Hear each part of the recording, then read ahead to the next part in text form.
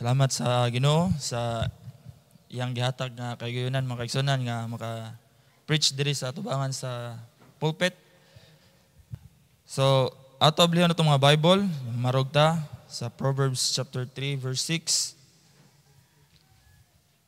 At sa basahon as pag magbasa, mag-pray ta. Atong basahon verse 6. Diyon diri, ready go. In all thy ways acknowledge Him, and He shall direct thy paths. Let us pray, Lord God. Salamat yun ng kabuntagon. Thank you, Lord God, sa strength. Salamat, Lord, sa mercy. Thank you, Lord God, sa grasya, Lord, nga imong gihatag diri kanamo. Salamat, Lord God, sa another life nga maghatag sa matag usa.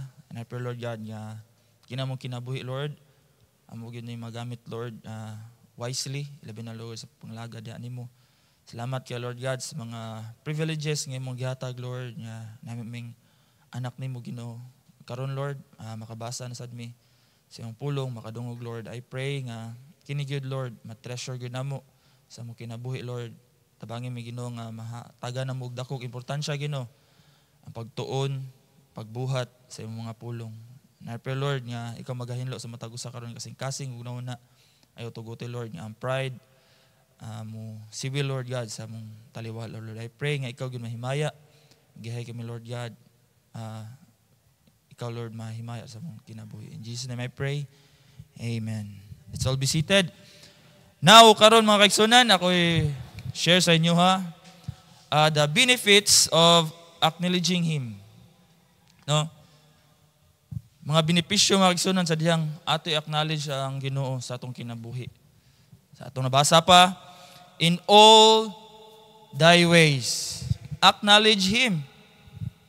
Wala ini acknowledge yun, labi na Kristohanon ta, anak ta sa Ginoo, nya di ta ma-acknowledge sa Ginoo is wala mo direct sa atong paths. Mo na nga atong kinabuhi, wala nagasagsaag na kay why direction. Natay mosulod nga direction sa kalibutan na kung wala ta magpa-direct sa Ginoo.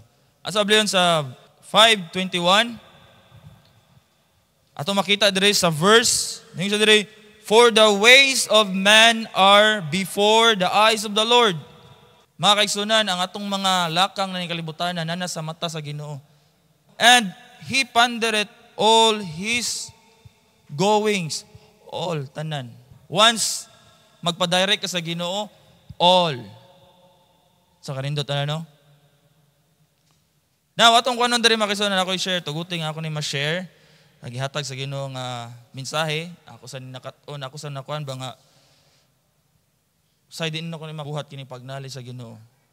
Napoy say mag-knowledge na ko siya, pero sagad yun makalimtan na tong pag-acknowledge ang Ginoo sa atong kinabuhi. Sa diha mukaon ta, di ba? Say makalimtan na to. Nauna nang hungit. Bapata maka-pray. So karon na itong sigutan, the benefits of acknowledging Him. Una, there is wisdom. No, there is wisdom. So natay wisdom, ningon ang Bible, natay kagulo yung wisdom, pero ang wisdom sa Ginoo, indot kayo. Ang wisdom sa Ginoo. Proverbs 4 verse 11, ningon diri ang Bible, I have taught thee in the way of wisdom. I have led thee in right paths. Wow, indutan no? Right paths ang ihatag sa Ginoo. Mo nang mga benepisyo nga sa diyang ato i-acknowledge ang Ginoo. Right paths atong makuanan sa atong kinabuhi. Sambi di ganahan ani. Diba ganahan kita? Tudluan. Ang ato na lang sitag tudlo diri, sitag tudlo diri. Pero ito bang gibuhat ang right. Manang wa may nagbantay nato. Di ba? Wala gyud nagbantay nato. Nara gyud nato kung ato ba i-do ang right. Kaya ang Ginoo, kung ni-acknowledge ka sa Ginoo, nadyo wisdom, mayhatag ang Ginoo sa imo. Di ba? Verse 7. Nga naman, atong acknowledge sa Ginoo. Verse 7, ndot kay dire, wisdom is the principal thing. Kung principal, kung siya may kinaktibukan, siya mo'y kanabitang main ba nga atong gikinahanglan gyud sa Ginoo sadyang magamit nato ni siya ang wisdom sa atong life decision. Di ba? Life decision na to. Kay kung masipyat lang ta sa atong life decision, lisod na gyud pag kung nakatumbling na ka, lisod na kay pag kaya kanang tumbling nimo nya makuan ka, masipyat ka, lisod na jud gisanan gyud. Balik jud ka. Sa atong life decision, ambak man eh. Di ba? So need na to ang wisdom sa Ginoo. Manang ato jud siya i-acknowledge. Good judgment. Say maka-judge biya ta. Are we a good judge? Mo na siya. Sakto ba atong pagtimbang-timbang sa atong kinabuhi? Good judgment. Unsa man ni? Sakto ba ni? Mo na siya. Good judgment. Sadya makasugat ang tao, nakita tag sipyat. Are we a good judge? Kay basig sige na tag-judge ba? Wala to i-acknowledge sa Ginoo nga kung ikay mo judge niya, Lord, unsay mo judge niya? Di ba? Pero kita samot nag-arita are na hingtungdan sa tuwa, di ba? So we need wisdom. There is wisdom. Kung i-acknowledge itong Ginoo mo na mga benepisyo. Ikaduha,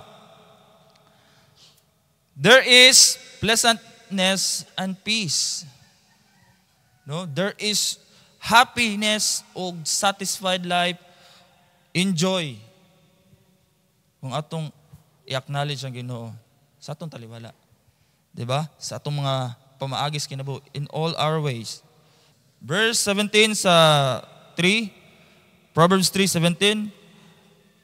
Verse 17 ako basahon. Her ways are ways of pleasantness and all her paths are peace. Sige ni Gwali din no. Bida? Si Gwali pero maksugat na tag problema, ma-shaky naman. Muwa naman ang peace, tumot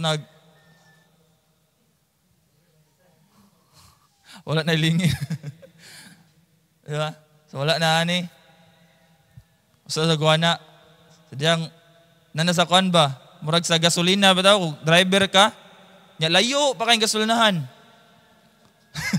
Nya empty na ba? Empty. Makaabot. Ano na kay peace. Kung makaabot ba nagdi. Nga na ba nga paminaw bitaw nga maburido na imong utok. Kanilang multangan tag peace. 'Di ba? So, mga kaigsunan, ikalipay lang ato praktiso ng peace atong kinabuhi. Acknowledge na to ang Ginoo. Nalagi peace. Di juga di juga makamahay sa Ginoo gyud. Hatagan juga niya. Kaya ningon siya, i-direct gyud ayang atong path sa insakto ba? Right path. Kung ato siya i-acknowledge. So, satisfied atong kinabuhi. Sadyang ato siya i-acknowledge. Diba? Ganahan tana. Para sa gi-pray ni Kuan ba? Ni Billy Graham. Nga, nausa ka preacher nga iyang gihangad nga nindot kisanan o resulta sa kinabuhi. Pero, ang giagian sa dito nga preacher, luhod gyud siya. Sa sige niya glinuhod mga kaigsunan, nga ang iyang giludhan, nilubong na. Nilubong na iyang tuhod ba? Nalakra na ba ang tuhod sa iyang kuhan? Sige niya pray. Dito sa Ginoo.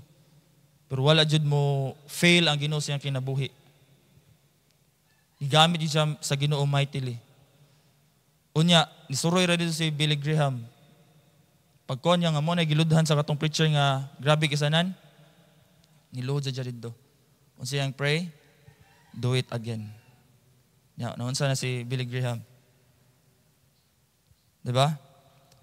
Na siya peace, pleasant yung kinabuhi. Nagamit niya sa Ginoo. Happy yung kinabuhi. Kay nagpagamit siya sa Ginoo. Do dili man nindot jud ang kuan pangalagid sa Ginoo nga kanabitawng permi nindot. Mamanay makuan jud nato kay labi ang yawa naa pa present pa. Ara gid testingan no. Ano pa ba tayo? Happiness. satisfied ba tong kinabuhi sa dihang atong i-acknowledge ang Ginoo. Last, the benefits of acknowledging Him, there is safety. Sa kanindot. Proverbs 3:23, then shalt thou walk in thy way safely, and thy foot shall not stumble. Kung mag-construct kag balay or mga building, mga moto gyud na nila sa mga construction site, safety first. Ang mga Kristohanon unsa kay moto ka? God first para natay safety. Mo na mga kaigsunan, I hope nga kini mga benepisyo ato ning ma-experience atong kinabuhi. Sa diyang ato i-acknowledge ang Ginoo. No? So, makakuan bitaw ta kanang atong i-acknowledge ang kuan, tao nga nakahatag nimo og mga nindot nga mga butang, di mo makapasalamat gyud sa tao nga nakabuhat nimo maayo. Samot na kini Ginoo nga tanan niyang gibuhat is good. Nganong ang tao dili man makabuhat og nindot para niya. I hope nga kita makisunan is atong kinabuhi gyud is magamit gyud sa Ginoo. No, sa ginagmay, sa hinahinay. Ato ibalik ang kuan kana bitong kalipay bitaw sa pagpangalagad. Mag-share sa gospel, mingaw na kuan na kanang mag-saturate. Wala na mabuhat karon. Wala na kay na push sa tong kinabuhi. Sige nagi-push dire sa pulpito. Pero sa tong kinabuhi wala na to gi-push. Usa sa kuan na nga kanang dili ka kuan ba.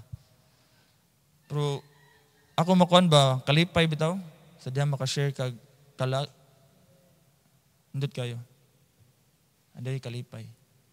So tukang ulo yung mata. Let us pray. Lord God, salamat Ginoo ning kagiyunan Lord nga kami makadungog sa imong pulong.